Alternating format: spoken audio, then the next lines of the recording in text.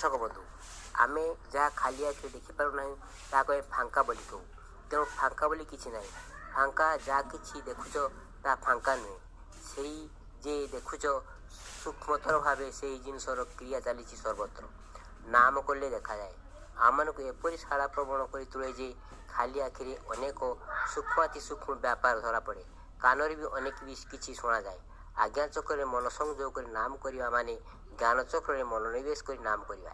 एथिरे base of brain मस्तिष्क अधोदेश excited हो उद्दीपित हो उठे।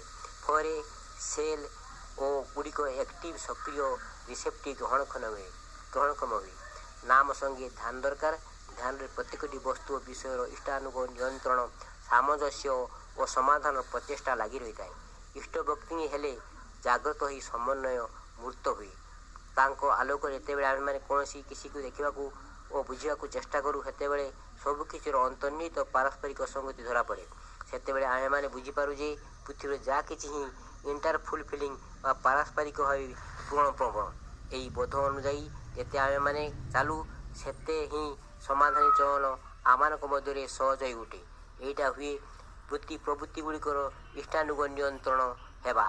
मनीष जिते प्रवृत्ति प्रवण थाए सेते ही निजर और अपर जीवन में जटिल गुणित करे किंतु सेगुड़िक जीवन बुद्धि विन्यास कर पारेना।